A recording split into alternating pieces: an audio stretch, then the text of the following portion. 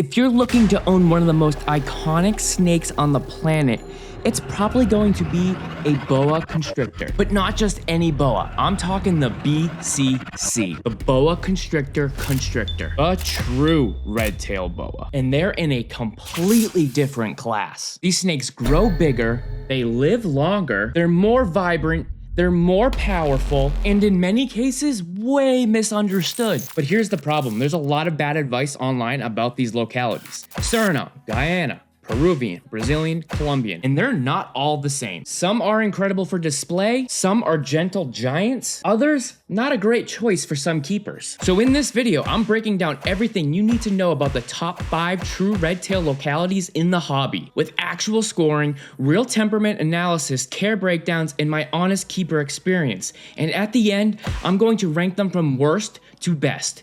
So let's get into it. The boa constrictor, or BCC, is the true red tail boa. And yes, that actually matters. BCCs are typically larger, slower growing, more humidity dependent, and have those deep blood red tails that everyone drools over. These blood red tails are scroll stopping. They're different from the more common boa, the BCI, the boa constrictor impurator. BCIs are shorter, they're more common in pet stores, and there's a lot more morphs available. BCCs are usually tied to specific wild type localities. That's where the names like Suriname or Peruvian come from. And just like different dog breeds, these boas have their own quirks, care needs, looks, and temperaments. So before we give you the actual scores and compare them, we're gonna break down their individual profiles into 4 different categories: appearance, temperament, care difficulty, and the rarity and value of these guys. Because first, you need to understand why each snake is different. So first up, we have the Suriname red tail. Their appearance is the iconic red tail boa. Deep, cherry red tail that is oversaturated, the symmetrical saddles, and they're a silver tan base. This is the boa that people post to win internet points. For appearance, we're giving them a score of 10 out of 10. Temperament. The Suriname red tail boa is calm, collective, and very observant. They're slower moving, they're very curious, always tongue flicking. Juveniles can be a little shy. Females are typically a little bit more aggressive, but they rarely ever lash out. They'll typically just watch you. So for temperament, we're giving them a 9 out of 10. Now we have the care difficulty. They need stability. Humidity right around the 65 to 75% average. They have a slow metabolism. They need large enclosures, and they actually need patience. Like I said, when they're juveniles, they can be a little bit more feisty. But as these guys grow, they mellow out and they make wonderful pets, if you can dial in the husbandry. So for care difficulty, we're giving this a 7.5 out of 10. Now we're on to the rarity and the value. Suriname red tails are the absolute gold standard for the BCC. Very clean lines from top line breeders. They're highly desirable, making these guys score a 10 out of 10 for rarity and value. Now we have the Guyana red tail boa. Appearance, bright red tails, sometimes even darker than the Suriname. They're more golden undertones with less symmetry in saddle shape. So for the appearance, we're giving the Guyana red tail an 8.5 out of 10. Temperament, they are a little bit more active than the Suriname. They can be very headstrong as juveniles, but they handle very well when they're socialized. So for the Guyana, we're giving this an 8 out of 10. Now we have care difficulty. They need the same humidity and space as a Suriname, but can be more sensitive in newer environments. Like the Suriname, they get a 7.5 out of 10 for care difficulty. Rarity and value. They are easier to find.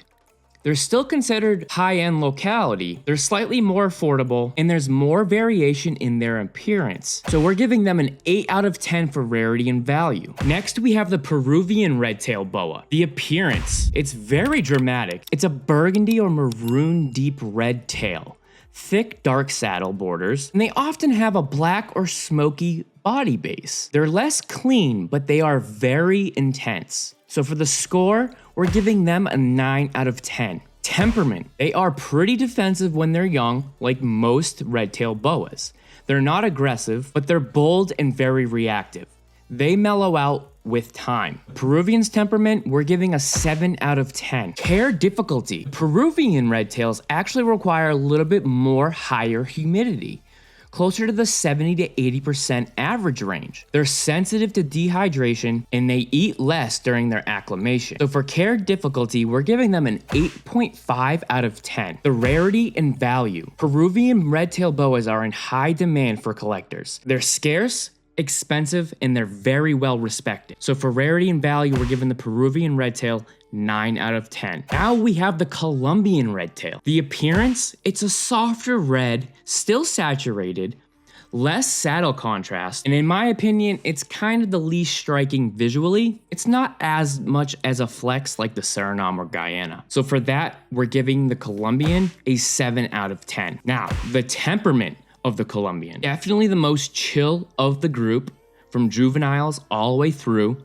The Colombians are very beginner friendly, and for that, we're giving them a 9 out of 10 for temperament. When it comes to the care difficulty, they're slightly more forgiving with husbandry, closer to the BCI levels in behavior and care. So for care difficulty, we're giving them a 7 out of 10. Now the rarity and value. It's very rare to find pure Colombians. Many are mislabeled, many are actually BCIs, and they're not highly valued or in high demand due to muted appearance. So for that, we're giving the Colombian a 6 out of 10 for rarity. Now we have the Brazilian red tail boa. Appearance, it's mixed. Some resemble Peruvians with darker tones, others are muddy. They're not the flashiest, but they still are mesmerizing to look at. So for that, we're giving them a 7.5 out of 10. Now, the temperament. They can be reactive, they can be flighty or defensive, as juveniles and subadults up to adults. Socialization helps, but the Brazilian red tail is not beginner friendly by any means. So for temperament, we're giving the Brazilian a 6.5 out of 10. Care difficulty. They require high humidity, they're very easily stressed, and most of them are actually wild caught, which can be very tough to acclimate. So for care difficulty, we're giving the Brazilian an 8 out of 10. Rarity and value. They are extremely rare due to the export restrictions, but they're not as popular as the other BCCs. So this is kind of where we have to draw the line when it comes to rarity and value. Yes, they're rare to get because of export, but they're also not as popular. So for that, we're giving it a 7 out of 10 for rarity and value. So now that you know what makes each BCC very unique in their own individual localities, here's how they stack up against each other when going head to head. At number 5, we have the Brazilian. It's rare, but tough. It's not as beginner friendly, only for those who know what they're really doing and why they want one. So for that, the Brazilian gets a 29 out of 40. Coming in at number 4, the Colombian TRUE BCC, not the BCI. They are the most chill, least visually striking, ideal if you want size and calmness without chasing the crazy colors. For that, they get a 29 out of 40. Yes, the same score for the Brazilian and the Colombian, but the reasons are opposite. Calm and plain versus wild and rare. Which is better depends on the keeper and what you're looking for. Coming in at number 3, the Guyana. Slightly more energy, less predictability, but fantastic visual variation, and it's a very underrated keeper's choice. For that, they get a 32 out of 40. Coming in at number 2, the Peruvian. It's not for beginners, but an absolute beast. If you want a boa constrictor with presence, power, and bold contrast, and you can meet its needs, this snake dominates, and it's coming in at a 33.5 out of 40. Coming in at number 1, the Suriname Red Tail Boa. If you want beauty, temperament, and prestige, the Suriname Red Tail Boa is the complete package. There is no denying that this snake is the absolute powerhouse of the BCCs. And for that, it gets a score of 36.5 out of 40. So, what's the best true red tail boa? If you're going by total score, the Suriname is the king or queen. There is no question about that. It's the boa that every serious keeper eventually wants. But let's be honest, it's not always about the score. Every single one of these boas that I mentioned on this list has something super unique that they bring to the table. Peruvians, a walking shadow with fire in its tail. Guyanas, they're rugged and they have just enough chaos going on that makes them desirable. Brazilians, a prized possession that certain keepers